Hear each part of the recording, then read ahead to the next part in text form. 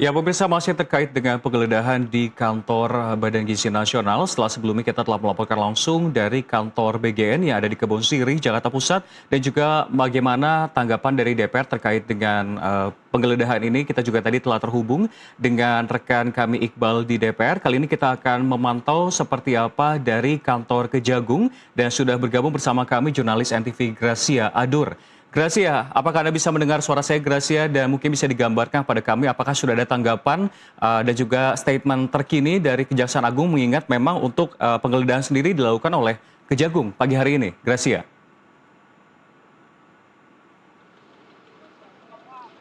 Baik Rian, saya sudah mendengar suara Anda dengan jelas. Tapi kalau Anda bertanya bagaimana, apakah ada tanggapan dari Kejaksaan Agung, tadi pagi saya sudah sempat menanyakan hal ini kepada Kapus Penkum dari Kejaksaan Agung terkait apakah ada rencana konferensi pers yang akan dilakukan pada hari ini. Ini juga masih belum ada tanggapan dari Kejagung. Tetapi para jurnalis ini sudah tiba di Kejagung dan rencananya informasi dari Kejagung ini akan dimulai konvers sore nanti, tetapi masih belum diketahui pukul berapa nanti Kejagung akan melakukan konferensi pers. Apakah ini terkait soal penggeledahan yang terjadi di BGN? Ini yang masih belum diketahui, Rian dan juga pemirsa yang ada di rumah.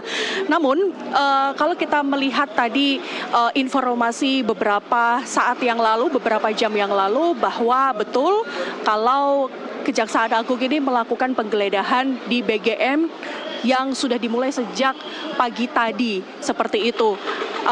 Di mana saja, di ruangan apa saja, itu yang masih belum diketahui karena kami juga masih menunggu informasi terkait dari Kejaksaan Agung yang akan dilakukan konvers kemungkinan pada sore hari ini. Tetapi kalau kita melihat ataupun mundur sedikit lagi ke belakang, penggeledahan ini sebetulnya dilakukan usai Dadan Hindayana ini dicopot oleh Presiden Prabowo Subianto sebagai Kepala BGN, di mana hal ini sudah disampaikan oleh Menteri Sekretaris Negara Prasetyo yang menyatakan diduga ada praktik jual beli SPPG program makan bergizi gratis dan saat ini masih dalam proses audit secara internal seperti itu. Tapi sebelumnya Presiden Prabowo Subianto ini sudah terus melakukan evaluasi dan juga monitoring terkait program makan bergizi gratis selama 1,5 tahun, dan ini selama Dadan Hindayana menjabat sebagai Kepala BGN selama 1,5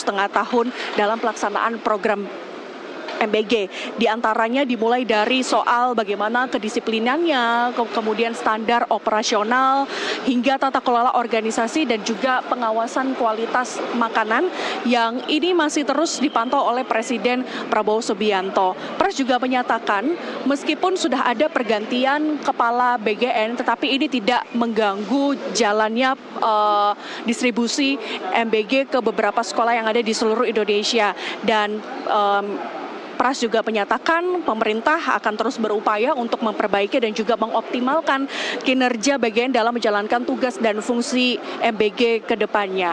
Kalau kita melihat sedikit ke belakang, memang selama mantan kepala BGN Dadan Hindayana ini menjabat selama 1,5 tahun, ini memperoleh banyak sekali kontroversi yang ia lakukan selama menjabat. Kalau kita lihat ada banyak hal-hal yang kerap disorot akibat kebijakannya yang ini sangat kontroversi.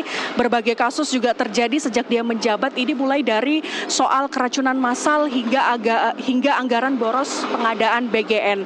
Kalau kita pecahkan satu persatu, Rian dan juga pemirsa, sejumlah kontroversi yang dilakukan oleh Dadan selama ia menjabat dimulai dari soal minum susu 2 liter per hari, yang dimana pada masa-masa awal program MBG ini berjalan, ini Dadan dikritik karena pernyataannya soal tentang minum susu 2 liter per hari.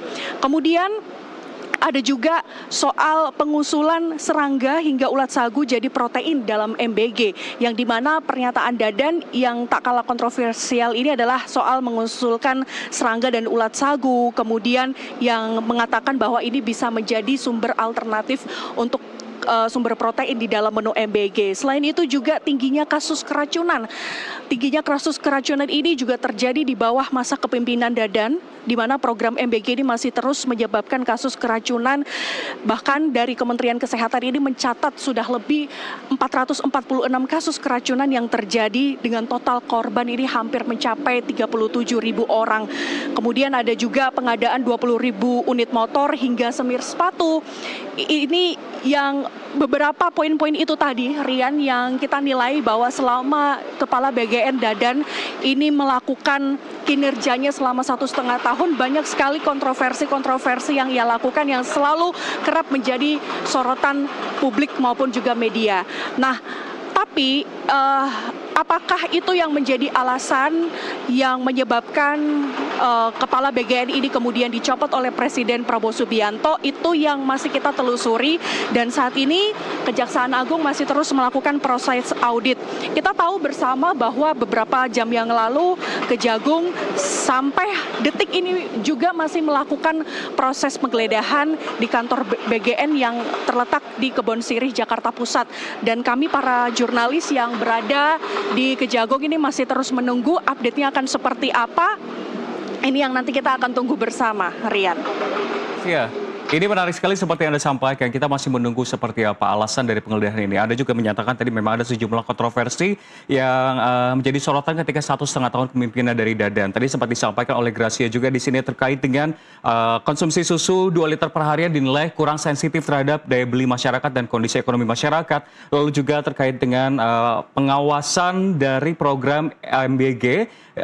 Karena memang ada sejumlah keracunan di sejumlah SPPG, lalu juga terkait dengan pengadaan motor trail listrik, dan yang terbaru tadi terkait dengan perluasan program ke Arab Saudi MBG. Ini sempat disampaikan saat bulan Ramadan. Dan kita masih akan menunggu, cuma menjadi pertanyaan sebetulnya, kalau tadi kita memantau dari kantor BGN, ini disebutkan akan ada konferensi pers hasil, dan dari Gracia sendiri yang berlokasi di Kejagung, apakah bisa dikonfirmasi juga sebagai penguat akan ada konferensi? Cuma menjadi pertanyaan, di manakah dan juga kapankah konferensi pers dari hasil penggeledahan ini? Apakah ada informasi di Kejagung bahwa konferensi ini akan berlokasi di Kejagung, Gracia?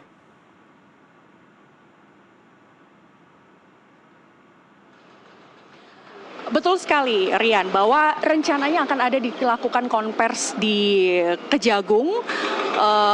Tapi untuk waktunya kapan ini kami masih menunggu konfirmasi. Dari tadi juga saya sudah terus mendorong untuk bertanya kepada Kapus Penkum kapan ini akan dilakukan konvers. Kami juga masih menunggu. Tapi beberapa jurnalis ini masih setia untuk menunggu hasil penggeledahan pada hari ini. Dikabarkan juga bahwa setelah Dadan ini dicopot dari jabatannya sebagai Kepala BGN, ini tentu membuat para jurnalis harus berpindah ke beberapa titik lokasi, mulai dari di BGN, kemudian juga terbagi di DPR dan juga yang ada di Kejagung ini. Nanti kita akan tunggu bersama, Rian, akan seperti apa jawaban dari Kejagung yang kemungkinan akan dilakukan pada sore hari ini, Rian.